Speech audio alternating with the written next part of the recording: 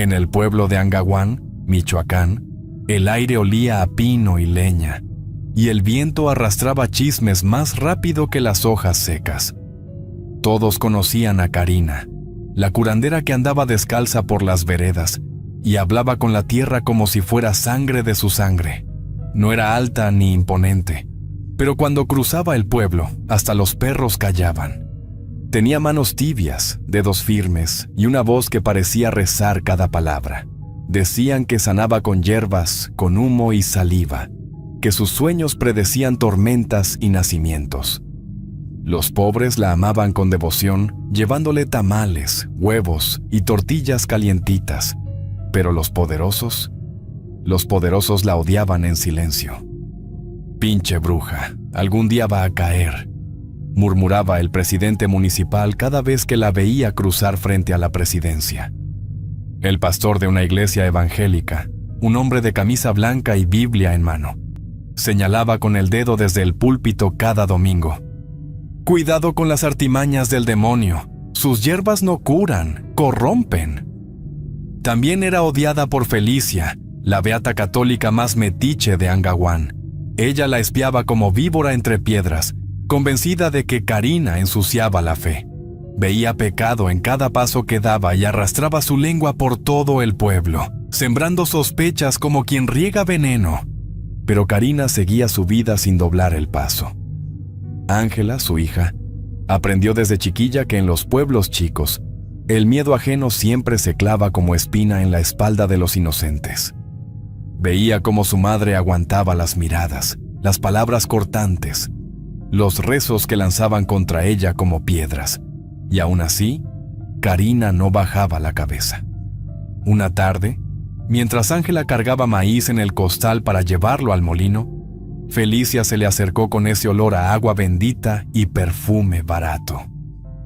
«Tu madre embruja el aire», dijo ella con desprecio, mirando como quien escupe veneno. Karina apareció en ese instante, serena como siempre. Le sostuvo la mirada a Felicia con una calma que helaba. «Cuide su lengua, comadre», respondió ella con firmeza, pero esa calma escondía tormenta. Esa noche, Karina apagó las velas antes de lo habitual, cerró las ventanas con tranca de madera y se sentó junto al petate de su hija. Le susurró al oído con voz baja y firme: «Se está moviendo algo feo», dijo ella en voz baja, «y no viene del monte». Ángela no dijo nada, pero supo que el peligro ya no rondaba lejos. Lo sintió respirando entre las paredes de adobe, escurriéndose por las rendijas, esperando el momento para mostrar los dientes. Una noche, mientras buscaba leña cerca del arroyo, Karina sintió que el viento cambió. Las ramas ya no crujían igual, y el canto de los grillos se apagó de golpe. De entre los pinos salieron dos hombres armados, con sombreros bajos y ojos de piedra. No dijeron palabra. Solo se acercaron, la sujetaron por los brazos y se la llevaron. El pueblo estaba bajo un silencio pesado, como si el monte hubiera detenido la respiración. Nadie escuchó nada. Nadie preguntó nada. Ángela despertó de golpe. El petate estaba frío, la casa demasiado callada. Salió corriendo y vio la leña tirada a la entrada, pero ni rastro de su madre. Horas después, cuando la luna ya bajaba, vio pasar a tres figuras por entre las milpas: el presidente municipal, el pastor de la iglesia evangélica y la beata Felicia. Iban rumbo al rancho viejo. Ángela, con el corazón reventando dentro del pecho, los siguió a distancia. En el rancho, los dos hombres soltaron a Karina y se apartaron. El presidente dio un paso al frente. «Confiesa lo que eres», ordenó él con rabia contenida. Karina respiró hondo. El rostro le sangraba de un golpe, pero no temblaba. «Soy más de lo que entienden», respondió ella con firmeza. El pastor sacó su Biblia y levantó el rosario como si fuera una soga. «Dios te condena», dijo él mirando al cielo. Felicia se acercó, apretando un ramo seco en las manos. «Esta mujer es una plaga», chilló ella con voz de víbora. «Hay que arrancarla de raíz». La amarraron a un poste, como si estuvieran lidiando con una bestia. Le lanzaron agua fría, la golpearon con ramas, le acercaron hierbas encendidas al cuerpo. Pero Karina no gritó. Cerró los ojos y murmuró unas palabras bajas, palabras viejas que había escuchado en los rezos ocultos de su madre, como si hablara con alguien del otro lado. Entonces el pastor pasó una cuerda por su cuello y apretó con toda su fuerza. Felicia gritó al presidente: «¡Jale más, cobarde!». Cuando el cuerpo quedó inmóvil, retrocedieron los tres, como si algo invisible los hubiera tocado. Ángela, escondida entre las sombras, no pudo contener las lágrimas. Con rabia, solo clavó las uñas en la tierra y juró, sin voz, pero con el alma, que esa noche no iba a quedar sin castigo. Karina fue enterrada sin rezos, sin campanas, sin una sola palabra de honra.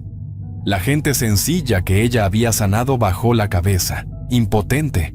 Los poderosos del pueblo callaron como si su muerte hubiera sido merecida. El padre no dijo misa. La iglesia cerró sus puertas. Felicia puso una cruz torcida junto al camino, y nadie supo si fue por culpa o por burla. Ángela caminó detrás del cuerpo envuelto en una manta vieja, con los labios apretados y un fuego oscuro creciendo en el pecho. Los pasos de los hombres que cavaron la fosa sonaban huecos, y los cuervos giraban arriba como si supieran que algo no estaba bien. «¿Quieres que la enterremos hondo?», preguntó el hombre agarrando la pala. «Nada más cúbranla bien», respondió Ángela sin mirarlos. Esa noche, al volver a casa, todo le olía a humo y hierbas secas.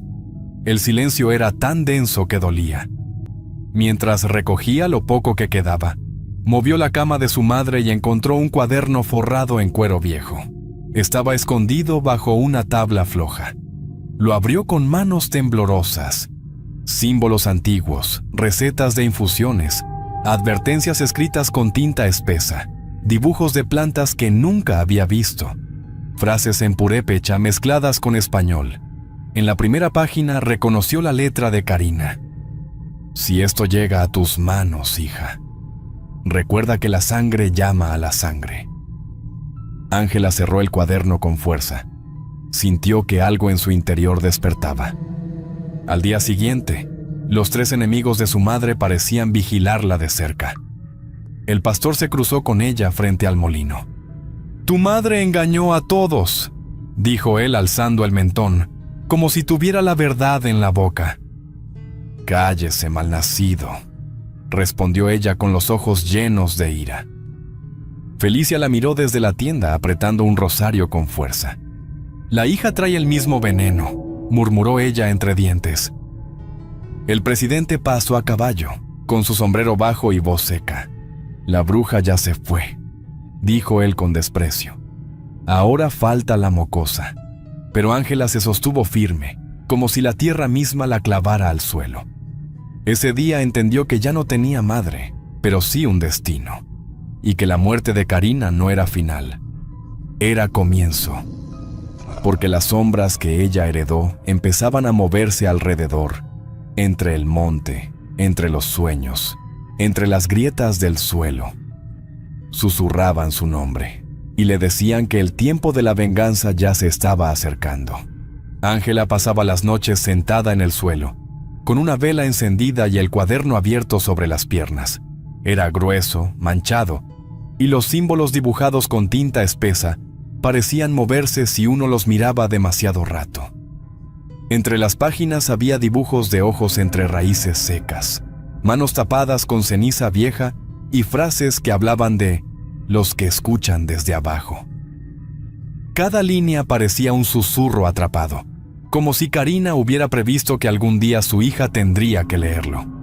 Ángela leía en voz baja, a veces en voz temblorosa. Una tarde, mientras limpiaba las pocas cosas de su madre, encontró un frasquito escondido en el fondo de un cántaro. Contenía tierra negra y huesitos de pájaro. Al tocarlo, sintió un escalofrío bajarle por la espalda. «Esto no era solo medicina», susurró ella, mirando el frasco como si pudiera morder. Esa noche salió al patio con el cuaderno en la mano. El viento soplaba entre los árboles y entre las ramas creyó escuchar algo más, una voz baja, como susurrada desde muy lejos. «No te dobles, hija», pareció decirle la voz de Karina. Ellos abrieron la puerta. «Tú decides quién la cierra». Al amanecer fue al panteón. Se arrodilló frente a la cruz sencilla, esa cruz mal puesta que Felicia había dejado. Puso la mano sobre la tierra y bajó la cabeza. «Van a pagar, mamá», dijo con los ojos llenos de furia contenida. Los tres, como perros. El aire estaba quieto, pero cuando se levantó, la tierra bajo sus pies vibró. No fue un temblor fuerte, pero sí claro, como si algo la hubiera escuchado desde el fondo. Y por primera vez desde aquella noche, Ángela no se sintió sola. Desde aquella madrugada en que la tierra vibró bajo sus pies, algo cambió en Ángela. Caminaba por el pueblo como si llevara detrás de ella la sombra grande de Karina, esa que ya no necesitaba cuerpo para hacerse sentir. Las vecinas bajaban la mirada al verla pasar. Los niños se escondían detrás de los petates.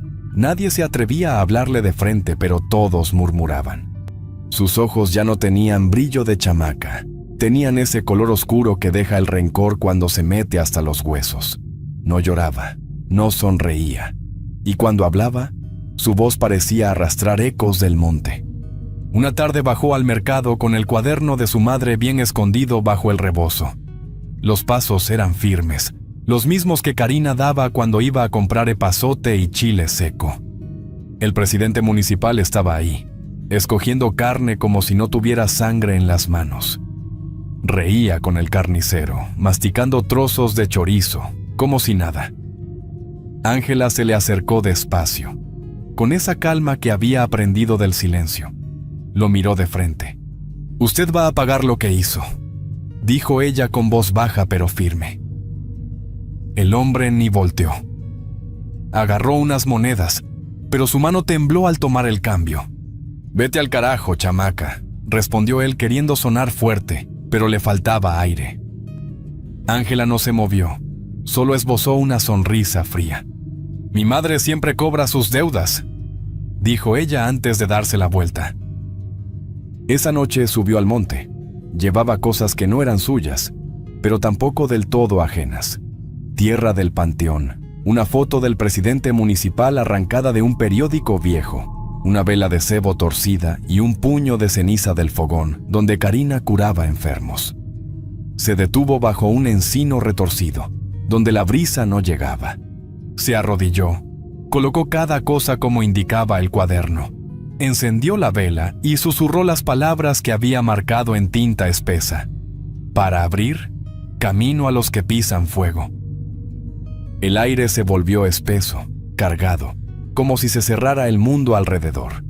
Ya no olía a monte, sino a madera quemada, pero no había fuego. El viento se detuvo, todo se quedó quieto. Algo invisible le rozó el cuello como una mano fría o un aliento viejo. No gritó, no se movió. Cuando bajó del monte, la vela se apagó sola, como si alguien la hubiera soplado desde adentro. Y Ángela supo que ya no estaba sola en su camino de venganza. Al bajar del monte, Ángela ya sabía cuál sería el primer nombre que tacharía del cuaderno.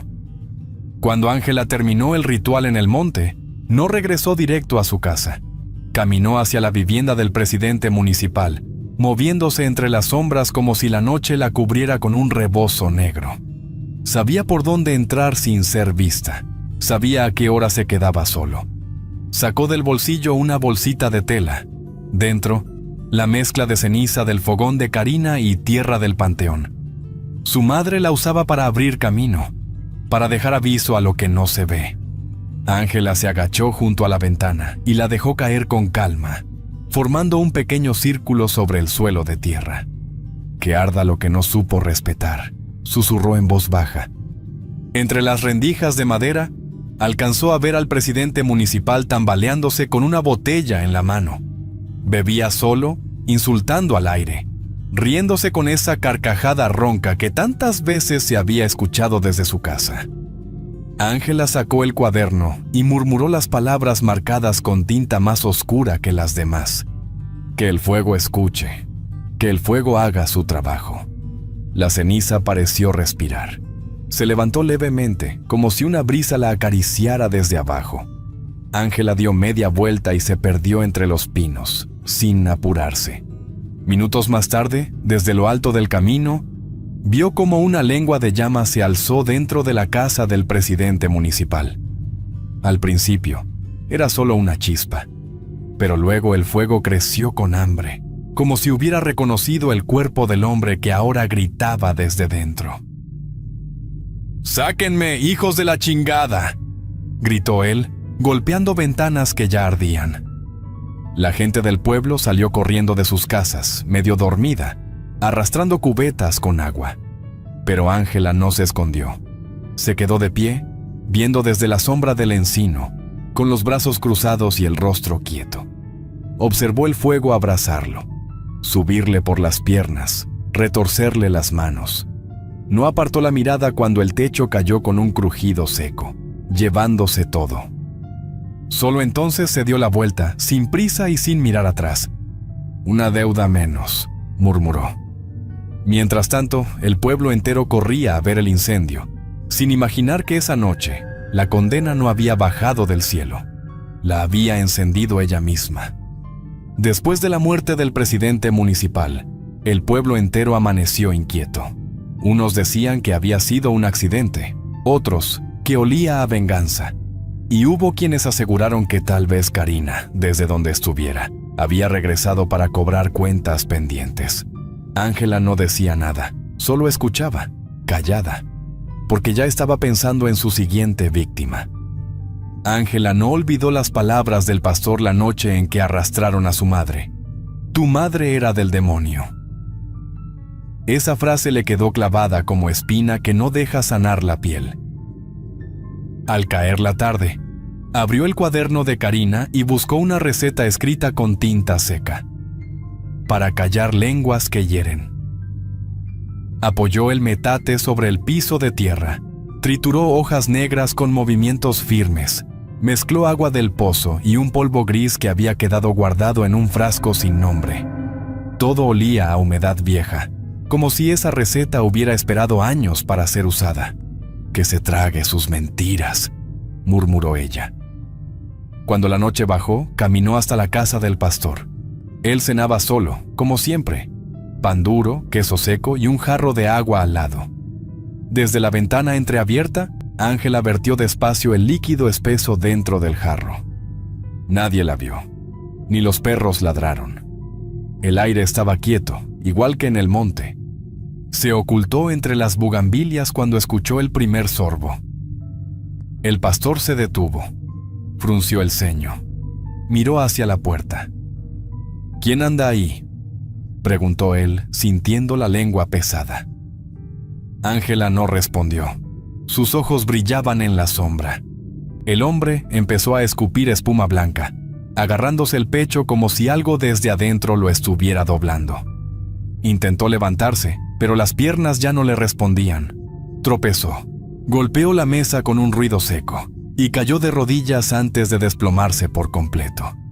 Ángela observó en silencio hasta que su cuerpo quedó inmóvil. No corrió, no tembló, solo salió de entre las plantas y caminó hacia la calle con calma, mientras la luz de la lámpara de aceite parpadeaba detrás de ella, como si la casa se encogiera en su propia culpa.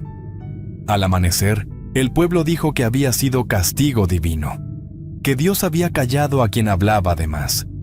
Pero Ángela, al pasar frente a la iglesia, murmuró: «Mi madre ya está cobrando». Y nadie buscó explicación. Todo el pueblo estaba con miedo. Había tantos dichos y chismes que ya nadie sabía qué creer. Unos decían que era un demonio suelto cobrando cuentas viejas. Otros juraban que era Karina regresando por justicia. Y muchos hablaban de castigo divino. En las tiendas, en el mercado, en la iglesia, en cada esquina del pueblo, el chisme caminaba más rápido que el viento. Ángela, con toda calma, sabía que Felicia era la última. Lo supo desde aquel día. en que vio su mirada venenosa señalando a Karina cuando la arrastraron al monte. Recordaba claramente el grito de Felicia ordenando jalar la cuerda que apagó la voz de su madre. Esa memoria ardía como rescoldo vivo pegado a la piel. Esa noche, la casa de la beata estaba llena de velas, cruces, estampitas, todo acomodado como si quisiera detener la muerte con objetos de feria. El lugar olía a cera vieja y miedo fresco. Ángela esperó a que el pueblo durmiera y empujó la puerta, que se dio con un chirrido suave. Felicia estaba arrodillada frente a un altar improvisado, murmurando oraciones a prisa.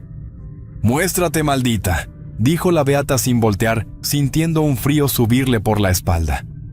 Ángela entró despacio sin apresurarse. «Mi madre escuchó tus gritos», dijo ella con voz tranquila, esa voz que ya no temblaba. Felicia giró, pálida como la misma cera que ardía a sus pies. Los ojos le brillaban de puro terror.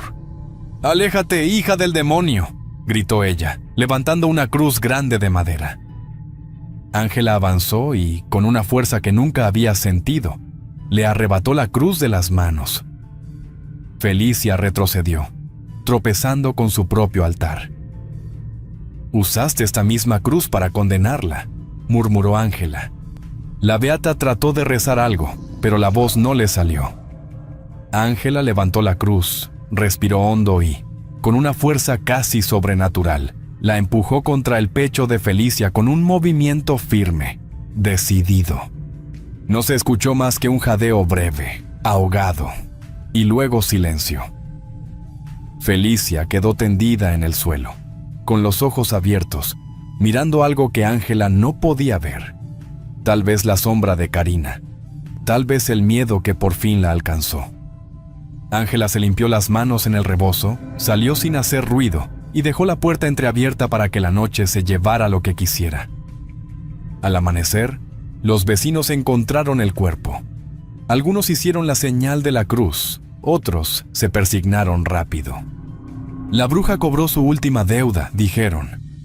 Jamás pensaron que la mano que cerró esa historia tenía otro nombre. Después de la muerte de Felicia, el pueblo entero caminaba como pisando tierra ajena. Nadie quería nombrar a Karina. Nadie se atrevía a cruzar la calle donde vivía Ángela. De día, todo seguía igual. El mercado, los rezos, los tamales al fuego. Pero al caer la noche, las ventanas se cerraban más temprano y los perros ladraban sin razón. Todos sabían lo que había pasado, todos, pero eligieron callar. La bruja vino por lo suyo, murmuraban en las cocinas, persignándose rápido. Ángela caminaba por el pueblo como si el viento la guiara. No se apartaba de nadie, no evitaba a nadie. Vestía el rebozo de Karina y sus pasos eran los mismos, firmes, silenciosos, pesados como promesas cumplidas. Algunos la saludaban por compromiso, otros cruzaban la calle para no toparla. Una tarde, la comadre Luz la paró frente al molino. Tenía el rostro tenso y las manos húmedas de miedo. ¿Tuviste que ver con lo que pasó?, preguntó ella bajito, casi sin aire. Ángela la miró a los ojos, sin rabia, sin prisa. «La justicia llega cuando debe llegar», respondió sin temblar y siguió caminando.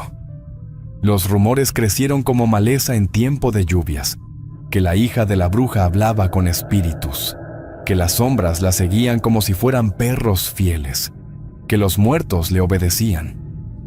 Algunos decían que la habían visto hablar sola en la milpa, otros que escuchaban su voz salir del panteón. Pero Ángela no respondía a rumores. Volvió al panteón una mañana gris. Llevaba una vela nueva, una flor seca y el cuaderno envuelto en una tela roja.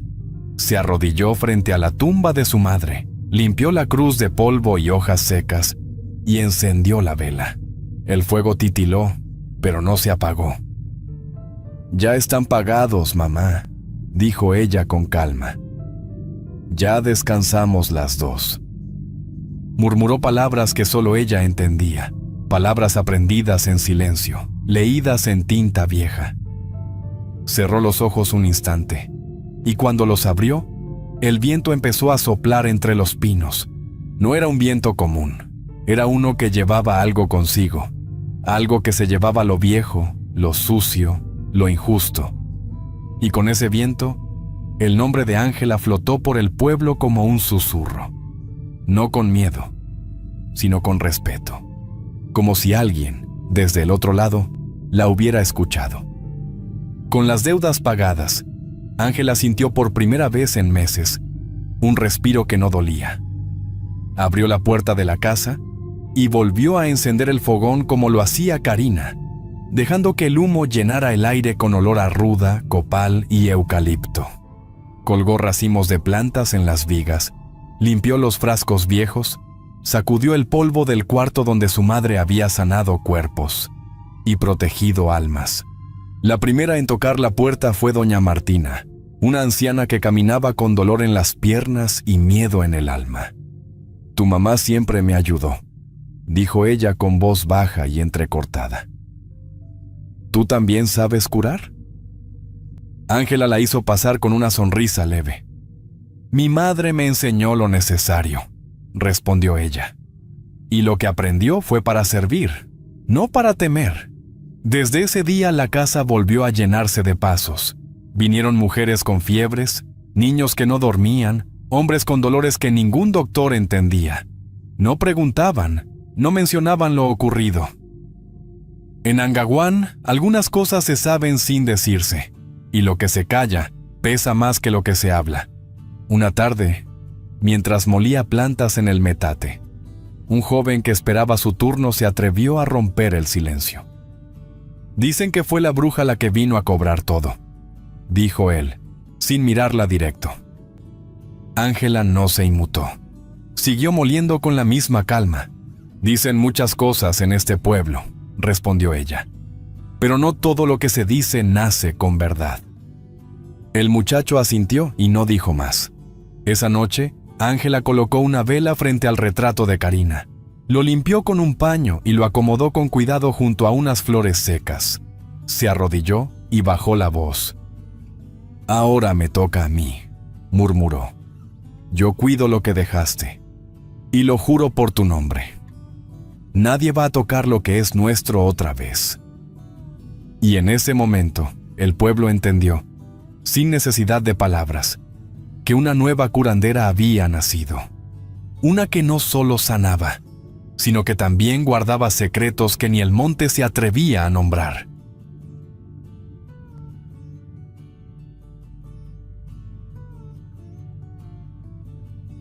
En San Lorenzo, un pueblito reseco de San Luis Potosí, donde el sol parece no tener madre y el polvo se cuela hasta en los sueños, vivía Dominga con Enrique, su hombre de años y silencios. La casita quedaba en un callejón de atrás, junto al corral de las gallinas flacas, rodeada de plantas secas y con un retrato viejo colgado torcido en la pared, que nomás miraba sin decir nada. Enrique ya no aguantaba más la relación con Dominga. Una tarde sin nubes ni brisa, dijo que iba por leña y ya nunca volvió. Dominga lo esperó sentada en la banquita, descalza, mirando al horizonte como si ahí se le fuera a dibujar la respuesta. El perro aullaba sin descanso. «¿Dónde estás, Enrique?», preguntó Dominga al animal, que la miraba con los ojos llorosos. La noticia llegó por boca de don Lencho, el del molino. Enrique se había ido a vivir con Clarís, la viuda del callejón que da al panteón. Desde ese día, a Dominga se le secó el alma. Dejó de barrer, de comer, de hablar. Se encerraba a beber mezcal en la penumbra, rascándose los brazos como si por dentro trajera fuego o gusanos. «¡Maldita robamaridos!», gritó una mañana al ver a Clarís pasar por la plaza con los chamacos. La gente volteó, pero nadie dijo nada. Todos sabían que Dominga ya no era la misma. Esa noche rompió los santos de su altar, quemó el colchón donde dormía con Enrique y salió a gritarle al cielo desde la puerta de la iglesia. El padre Cosme, que antes la saludaba con respeto, mandó cerrar la iglesia cada vez que la veía rondando. Dominga comenzó a dormir en el suelo, mascaba hojas secas, hablaba sola, Decía que iba a volverse santa o demonio. Estaba paranoica. Veía en Clarice una rival encarnada, una enemiga disfrazada de alma buena. Clarice vivía en su cabeza, le hablaba con voz dulce y luego la insultaba. Y Dominga ya no pensaba en otra cosa más que en vengarse. Los niños la espiaban desde la esquina y le decían bajito: «Ahí va la que habla con el diablo». El pueblo ya no era igual. Donde antes había murmullos de tortillas y radios, ahora solo se oían los rezos quedos de las abuelas y el viento que traía el eco de una mujer que no sabía si era viva o sombra. Mientras Dominga se consumía entre celos y mezcal, Clarice vivía tranquila en su casa de adobe amarillo, con 2 ventanitas chicas y un limonero seco en el patio. Allí, entre costuras y tortillas, criaba a sus 2 hijos, Marilú, de 13 años, y Daniel, de 7. Enrique trabajaba en el campo de sol a sol, y cada tarde volvía con algo en la mano. Unas tunas, una bolsa de pan, unas tortillas calientes. «Gracias por quedarte, Enrique», dijo Clarice una noche mientras ponía los platos. «Dios sabrá recompensarte». Los domingos, los 4 iban a misa. Enrique se sentaba junto a ellos, con la camisa limpia y el sombrero en la mano. Algunos en el pueblo murmuraban que Clarice le había cambiado la suerte, que desde que vivía con ella, Enrique se veía más hombre, más derecho. Marilú ayudaba a su madre a coser vestidos para las señoras, y Daniel andaba todo el día detrás de Enrique como un pollito tras su gallo. Reían, comían juntos y por las noches contaban historias en la mecedora de la entrada. Pero desde la ventana rota de su casita, Dominga los espiaba con los ojos llenos de rabia. La cortina vieja apenas tapaba su sombra. «Esa puta no merece ni el aire que respira», decía entre dientes mientras le echaba sal gruesa a una muñeca vestida de blanco, hecha con trapo y pelo humano. Nadie la veía trabajar más. No barría, no iba al molino, no saludaba, pero sí se notaba que algo hacía. Enterraba frascos en el patio, murmuraba palabras raras y echaba agua sucia al camino donde Clarice pasaba con sus hijos.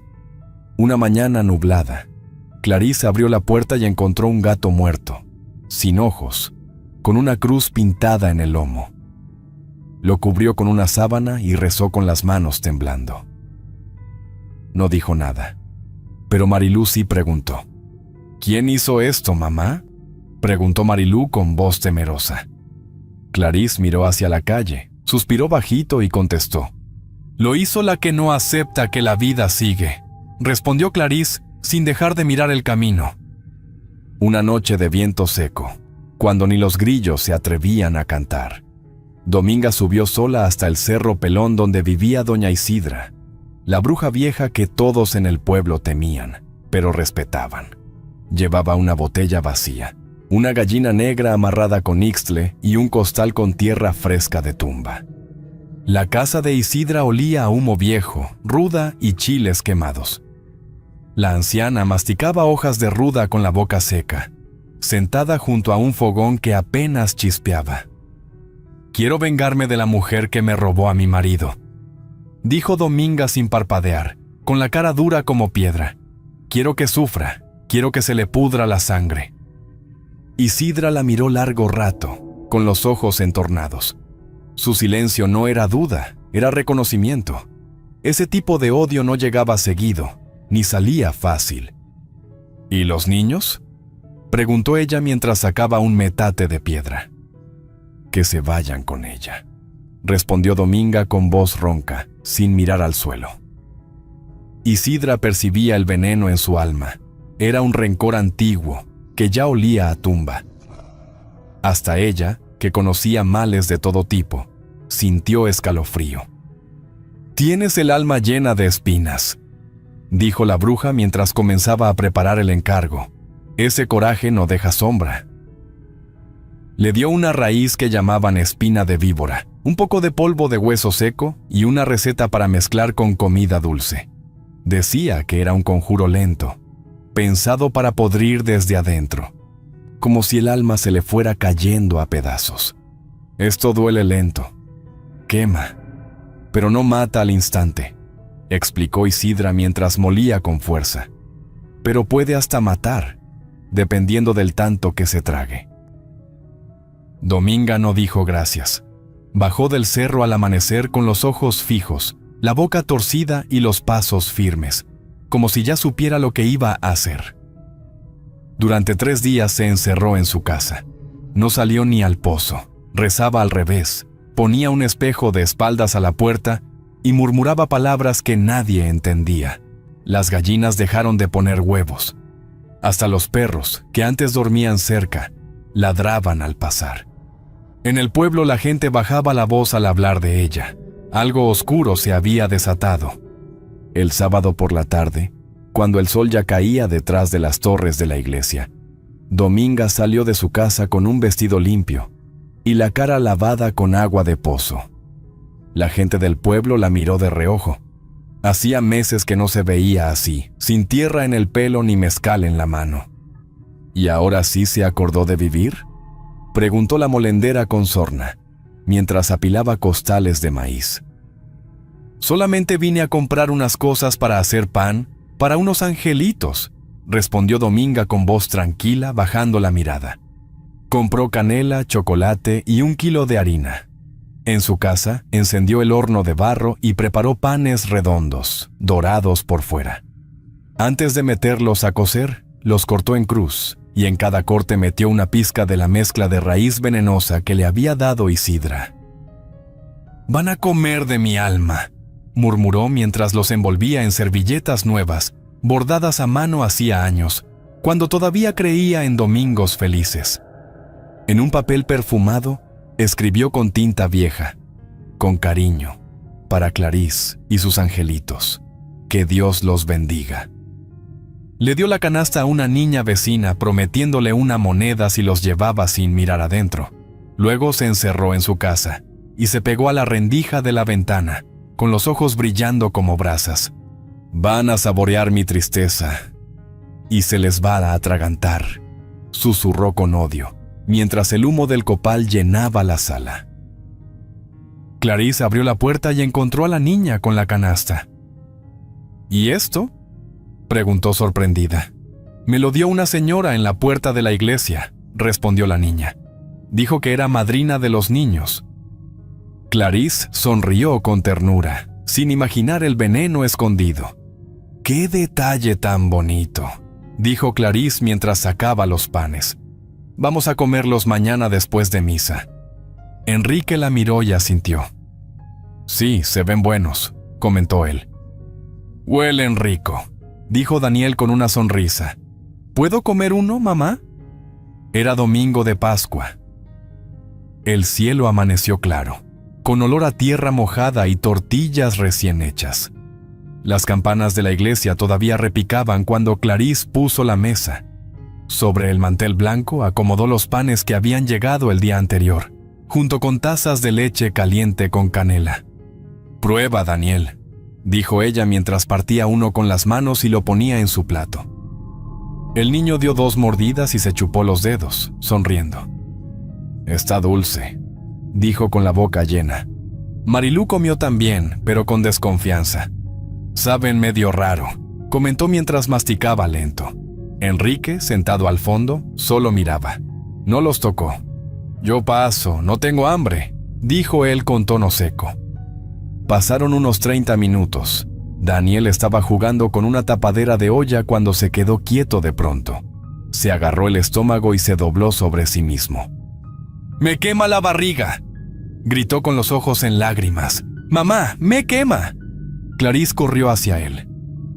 «¿Qué tienes, mi amor?», preguntó mientras lo tomaba en brazos. El niño empezó a vomitar, temblando. «Marilú, ve por ayuda», ordenó Clarís con voz temblorosa. La niña salió descalza, corriendo calle abajo. «¡Mi hermano se muere!», gritó Marilú mientras corría. «¡Ayuda, por favor!». Desde la esquina, detrás de una bugambilia seca, Dominga observaba todo con una sonrisa torcida y los brazos cruzados. No parpadeaba. Daniel convulsionó en los brazos de Clarís, que lloraba con la cara manchada de vómito. «¡Ayúdenme!», ¡Por el amor de Dios!, gritó ella alzando la voz hacia la calle. ¡Mi hijo se me muere! ¡Alguien que haga algo! Marilú, al llegar de vuelta, se desmayó en la puerta con los ojos en blanco. ¡Marilú!, gritó Clarice sacudiéndola. No, por favor. Enrique, pálido como vela, cargó a los dos niños con fuerza. ¡Mis hijos se me mueren!, gritó Enrique con la voz rota. ¡Ayuda, por favor! La calle quedó en silencio después de los gritos. Algunas vecinas salieron con trapos en la mano. Nadie sabía aún que no era enfermedad, sino un castigo envenenado, cocido en horno de rabia. Y Dominga, detrás de su ventana, cerró los ojos con calma. No hubo tiempo para nada. La maldad ya había hecho su trabajo. Daniel murió antes del atardecer, entre espasmos y gemidos que partían el alma. Su cuerpecito quedó rígido, con espuma seca en la comisura de los labios y los ojos entreabiertos, como si aún buscara la luz. Clarice no hablaba. Se quedó sentada junto a la cama con la cabeza agachada y una estampita vieja de la Virgen de Guadalupe entre las manos temblorosas. No comía, no respondía, nomás lloraba, con los labios partidos del llanto seco. «Fue veneno», dijo el médico del pueblo mientras revisaba al niño ya sin vida. «Esto no es gripe, ni infección. Alguien les dio algo». Marilú seguía internada en el cuartito de la clínica rural. Tenía fiebre alta, deliraba, y su piel estaba llena de manchas moradas que subían por el cuello como si algo la estuviera marcando desde adentro. Enrique, con la cara llena de tierra, cavó la tumba de su hijo con las manos. No quiso pala, no quiso ayuda. «Perdóname, hijo», susurró mientras tapaba la fosa con puños de tierra húmeda. «Yo debí cuidarte». El velorio fue pobre, con velas puestas en botellas y una caja blanca de madera barata. La gente del pueblo venía en silencio, dejando flores secas y pequeños rosarios. Nadie se atrevía a decir en voz alta lo que todos pensaban. «Yo vi a Dominga rondando la casa días antes», dijo la panadera en voz baja, con los ojos encendidos, como si trajera fuego por dentro. Al día siguiente, antes que cantaran los gallos, Marilú también murió. Clarice ya no lloraba. Nomás se le iba el alma por los ojos. Su niña, su pedacito de esperanza, también se le fue. Esa misma mañana, Dominga salió de su casa. Llevaba un vestido blanco, largo, con bordados viejos y el pelo suelto. Caminó hasta el panteón con una vela negra en la mano. Se detuvo frente a la tumba de los niños y con voz baja dijo: «Ya se terminó tu dicha, Clarice», murmuró Dominga mientras encendía la vela. El pueblo comenzó a hervir. La rabia se respiraba en las esquinas. «Eso no fue casualidad», dijo un hombre en la tienda. «Esa mujer está podrida por dentro». Los hombres más viejos del pueblo se reunieron bajo el mezquite seco, frente a la plaza donde ya ni los pájaros se paraban. Traían sombreros gastados, machetes envueltos en trapos y las manos firmes. Nadie quería hablar con la policía. Nadie quería jueces de fuera. «Aquí no necesitamos fiscales», dijo don Tiburcio, el más anciano, mientras escupía al suelo. «Aquí se hace justicia con las manos». La niña que había entregado los panes habló. Dijo con voz temblorosa que fue Dominga quien le dio la canasta en la puerta de la iglesia y que le dijo que era madrina de los niños. No hubo dudas. Ya todos lo sabían. Se corrió la voz. Dominga sería juzgada a la antigua. Clarice estaba sentada en el umbral de su casa, con la cara seca y la mirada ida. No hablaba, no lloraba, solo respiraba como si eso le costara. «Yo la vi dejar un gato muerto en nuestra puerta», dijo Clarice al padre Cosme con voz apagada. «No hay redención para quien envenena niños», respondió el cura mientras cerraba el portón de la iglesia con tranca. Esa noche, el pueblo no durmió. Un grupo de hombres se acercó a la casa de Dominga. No tocaron la puerta. Entraron a empujones, la encontraron rezando de espaldas a un espejo. La amarraron con mecates viejos y la arrastraron por la calle empedrada. Ella gritaba y pataleaba. «¡No me toquen, malnacidos!», gritó con espuma en la boca. «Yo no hice nada». «¡Bruja!», le escupió una señora desde una ventana. «Le quitaste la vida a gente inocente». «Mis hijos no tenían culpa», gritó Clarice con la voz rota. «Vas a ir al infierno, malnacida». Dominga se retorcía como culebra, con los cabellos cubriéndole la cara y las rodillas raspadas. Nadie la ayudaba. Nadie decía basta. «¡Suéltenme! ¡Suéltenme!», chillaba entre sollozos. «Ustedes no saben nada». Pero el pueblo sí sabía. Esa noche, los perros no ladraron, las puertas no se abrieron, y todos esperaban, en silencio, oírla gritar hasta que amaneciera. En la plaza principal, frente al kiosco viejo donde antes se cantaban alabanzas, colgaron a Dominga de las muñecas, amarrada con ixtle grueso, sin dejarla tocar el suelo. El sol del mediodía caía como plomo caliente y la tierra olía a rabia. Estaba descalza, con el vestido roto y la cara llena de polvo. El pueblo se había juntado en silencio, rodeándola como si esperaran que hablara algo que nunca diría. «¿Tienes sed, asesina?», preguntó una mujer con el pelo recogido y las manos llenas de cicatrices. «Sí, sí», respondió Dominga con voz débil, la boca reseca y los labios partidos. Entonces una muchacha le acercó una cucharita de metal. En ella iba el mismo polvo que ella había mezclado en los panes. «Eso le diste a los niños, ¿no?», dijo un joven con los ojos hinchados. «Ahora te toca». Dominga tragó sin pensar. A los pocos segundos empezó a toser fuerte, como si el pecho se le abriera por dentro. «Me arde, ay, me arde», gritó con la cara desfigurada por el dolor. «Me están quemando las tripas». Cada hora le daban otra cucharada. El polvo maldito le carcomía por dentro, despacito. Su cuerpo se retorcía como víbora herida, colgando entre los murmullos. «¡Esto es por Daniel!», gritó una señora mientras le escupía los pies. «¡Por Marilú!», gritó otro, tirándole un puñado de tierra al rostro. Dominga lloraba sin voz.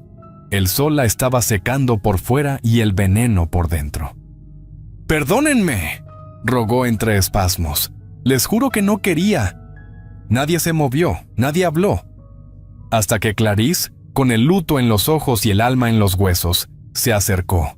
Miró a Dominga de frente, sin rabia, sin lágrimas.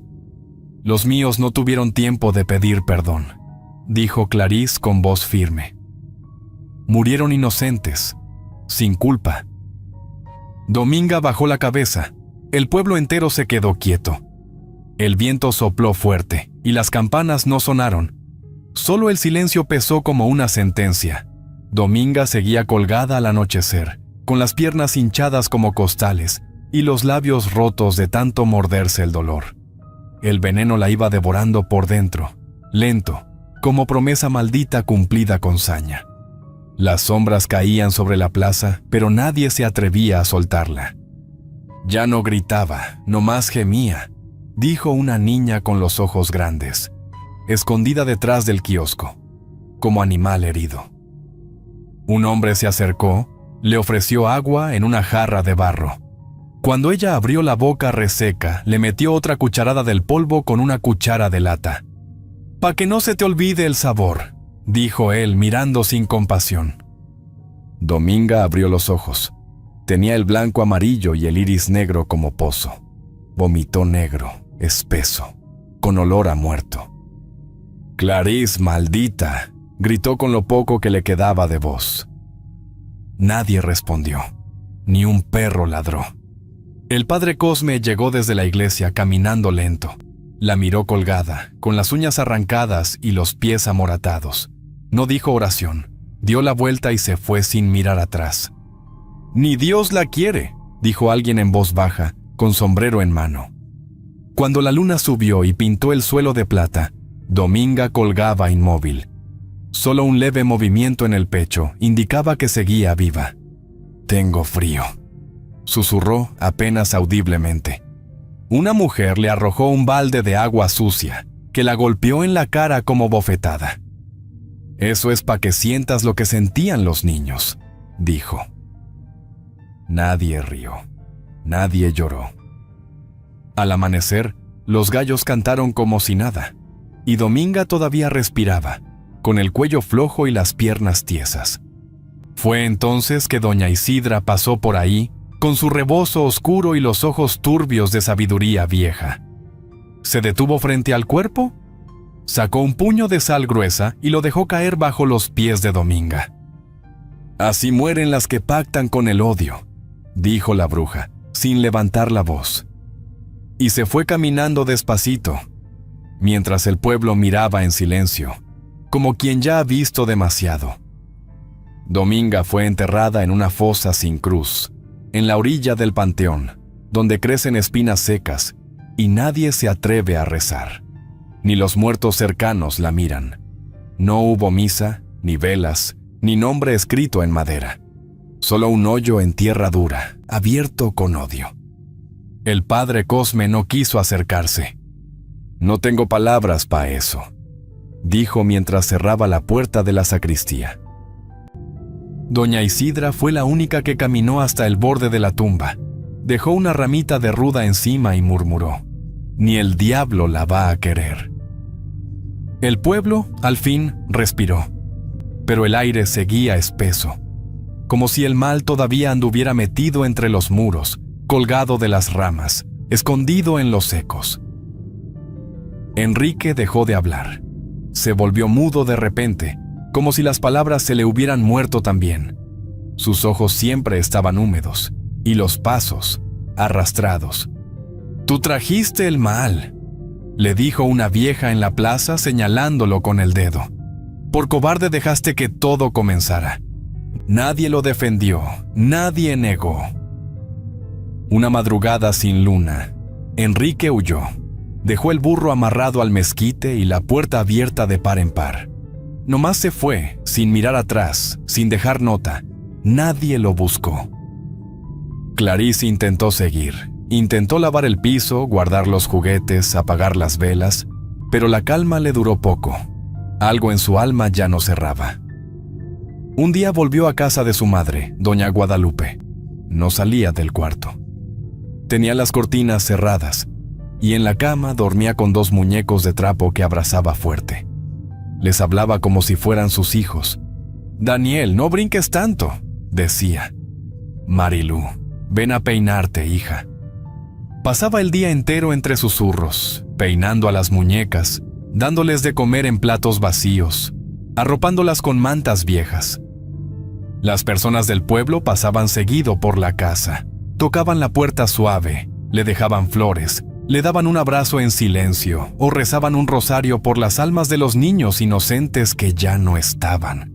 Nadie volvió a hablar de Dominga, pero todos recordaban su sombra.